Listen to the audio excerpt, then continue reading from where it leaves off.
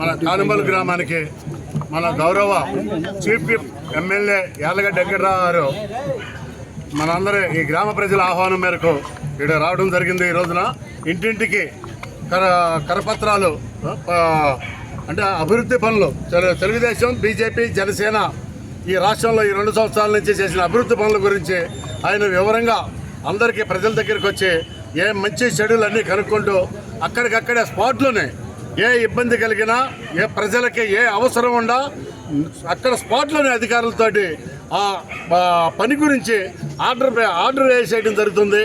ఇటువంటి ఎమ్మెల్యే మేము ఎవరూ కూడా ఈ గ్రామ ప్రజలే కాదు, మేమే కాదు, ఎవరూ కూడా ఎప్పుడు చూసి ఉన్నాం.